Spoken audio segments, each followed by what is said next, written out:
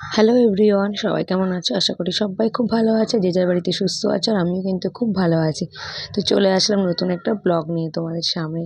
তো দেখো, অনেকদিন বাদেই ব্লগ দেবো, আবার চেষ্টা করছি এবার থেকে রোজ দেওয়ার আর কি। প্রায়ই বলি রোজ দেবো, কিন্তু রোজ আমি দিতেই পারি না ব্লগ। তো দেখো, সকালে ঘুম থেকে উঠে বাসি কাশি যা কাজ থাকে সব আগে সেরে নিলাম। আর দেখো, আমাদের উঠানটার অবস্থা দেখেছো কি? এই কারণে এখন আর ঝাঁটও দিতে পারি না আমি। তো আর মুরগিগুলো দেখো এখানেই রয়েছে। আর যেহেতু এখন বর্ষাকাল, এই কারণে ঝাড় দিতে পারছি না। দেখো পুরো শ্যাতলাও পড়ে গেছে। ভাবছি বর্ষাকালটা চলে গেলেই একেবারে ঠিকঠাক করে নেবো আবার উঠোনটা আগের মতন। তো দেখো, মালগুলো দিয়ে গেল এসে। এই কদিনই মানে আজকেই যা মাল করব, কালকে থেকে আমি যাব পার্লারে ডিউটি, আবার নতুন ডিউটি শুরু। তো দেখো, সকালে কাজ সেরে মা দিয়ে দিল চাটা খেয়ে নিলাম। ওই পাশে দেখছো মেয়ে কিন্তু ঘুমিয়ে রয়েছে এখনও। আর দেখো, যাবো বাজারে, তো ওই জন্য মুদি সদাইগুলো তাড়াতাড়ি করে লিখে নিলাম। তোমাদের দাদা কিন্তু গেছে কাজে, তো এই কারণে আমি তাড়াতাড়ি করে মুদি সদাইগুলো লিখে রেডি সেডি হয়ে যাচ্ছি। এদিকে কিন্তু আমি রেডি হতে হতে মেয়েও দেখো একটু পরেই ঘুম থেকে উঠে যাবে। তো উঠে গেলে দেখো, ওকে এখন এই ড্রেস পরিয়ে দিলাম, পরিয়ে ওকে বললাম দেখ ক্যামেরার সামনে আছে, একটু বলে দে গুড মর্নিং। তো সকালে ঘুম থেকে উঠলে মানে একদম ল্যাদখোর মেয়ে যাকে বলে, যেরকম আমিও ছিলাম ছোটোবেলায়। ঘুম থেকে উঠে ব্রাশ নিয়ে বসে থাকবো কতক্ষণ, এই চিন্তা করতাম।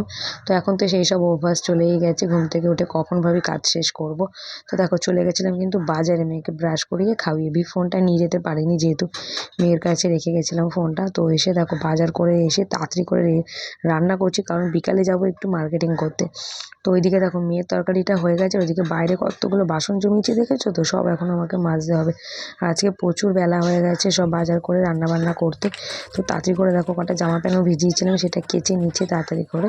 আর ওদিকে দেখো, দীক্ষা দাঁড়িয়ে দেখছে, যেহেতু আমি ক্যামেরাটা অন আছে ওই জন্য। তো দেখো, এরই মধ্যে নেমে পড়েছে বৃষ্টি ঝমঝমি। কি করব, তাড়াতাড়ি করে দেখো জামা প্যান্টগুলো তুলছি পিছনে গিয়ে দৌড়ে দৌড়ে, কারণ এক্ষুনি একটু আগে ধুয়ে দিয়েছি, ভিজে গেলেই অসুবিধা আছে।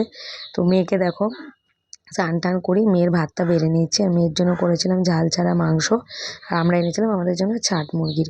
আর রিক্সার রাইকে আর কি এটা দেবো, রিক্সাকে দিয়ে দিয়েছি আগেই। তো মেয়েকে খাওয়াতে না খাওয়াতে চলে এসেছিলো তোমাদের দাদা। তো তোমাদের দাদা এসে দেখো, একটুখানি মাংস কষানো রেখেছিলাম আর কি, তো ওটাই আর কি দিয়ে দিলাম তোমাদের দাদাকে। তোমাদের দাদার নাম করে আমি একটু খেয়ে নিলাম আর কি। তো এদিকে দেখো, আমিও রেডি, মেয়েও রেডি। আর ওদিকে দেখো, তোমাদের দাদা ঘুমাচ্ছে, আমাকে বললো রেডি হয়ে ডাকবে, আমি উঠবা। দেখো ডেকেই যাচ্ছি, কোনো পাত্তাই নেই বাবুর, এখনও ঘুমিয়েই যাচ্ছে। তো যাই হোক, টেনে মেনে তুললাম যেভাবেই হোক ঘুম থেকে। তো এদিকে দেখো বেরিয়ে গেলাম, এদিকে কিন্তু চলে আসলাম মার এখানে। এসে দেখছি মা রেডি হয়ে ঘুমাচ্ছে, যেহেতু আমাদের আসতে লেট হচ্ছে বলে। তো চলো আগে বেরিয়ে যাই, আবার কথা বলছি। মা তো রেডি হয়ে দাঁড়িয়ে রয়েছে, বেরাই এখন, চলো আর পরে কথা বলছি তাহলে। দেখো বেরিয়ে পড়েছি কিন্তু আমরা। ওই যে মা ওইদিকে দেখো শাড়ি ঠিক করছে এখনো রাস্তায়, এদিকে মেয়ে ওই দেখো। চলো যাই, আবার পরে দেখাচ্ছি, চলো। আর দেখো, আমাদের কিন্তু বেশিক্ষণ ওয়েট করতে হয়নি, আসতে না আসতে পেয়ে গেছিলাম ট্রেন। আর দেখো, একটু বাইরের দিকটাও তোমাদের দেখিয়ে নিলাম। আর মেয়ের পেয়ে গেছে খিদে, দেখো কিনে নিল চিড়ে ভাজার প্যাকেট। দেখো নেমে পড়েছি আমরা, ওইদিকে যাই আবার কথা বলছি, চলো কি কি কিনবো একবারে দেখো। আর দেখো, আমার মেয়ের তো এখনও চিড়ে ভাজার প্যাকেট শেষই হচ্ছে না, মা যা হোক করে খাওয়ালো, খাইয়ে বললো এবার চল। আর দেখো, মার্কেটে এসে দেখছি বাপরে বাপ কি ভিড়, মানে মানুষ মানে এখন থেকে কেনাকাটি শুরু করে দিয়েছে, শুধু আমরা বলে না।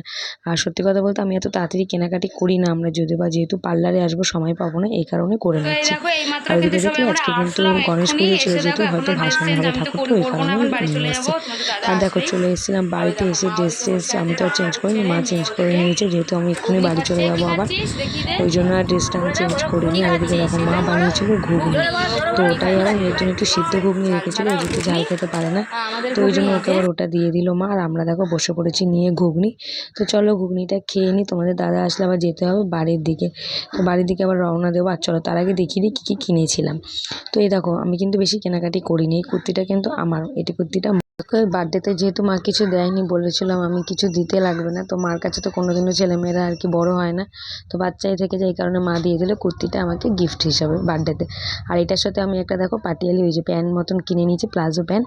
আর কটা নেল পালিশও কিনেছিলাম। আজকে ভিডিওটা এই পর্যন্তই, ভালো লাগলে লাইক কমেন্ট।